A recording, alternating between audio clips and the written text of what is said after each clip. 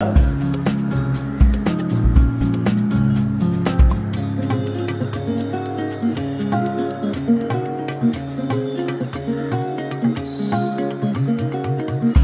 बघू.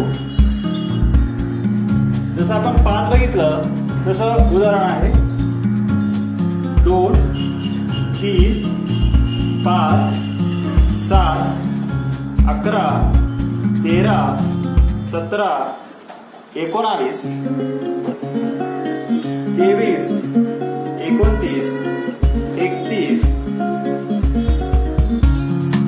37, 41, 43 आणि 47. साधारणपणे 1 ते 50 पर्यंत या एकूण 15 मूळ संख्या आहेत.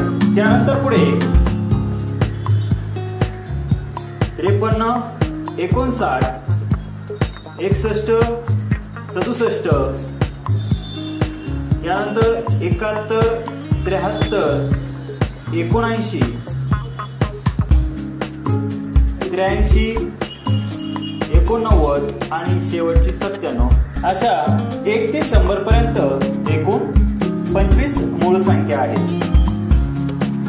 या संख्या जर तुम्ही बघितल्या तर या संख्या फक्त एक आणि स्वतःच्याच पाड्या देतात, म्हणून त्यांना मूळ संख्या असं म्हटलं जातं. म्हणून त्यांना मूळ संख्या असं म्हणतात. जसं आपण बघितलं की 5 हा फक्त 5 आणि 1च्याच पाड्या येतो.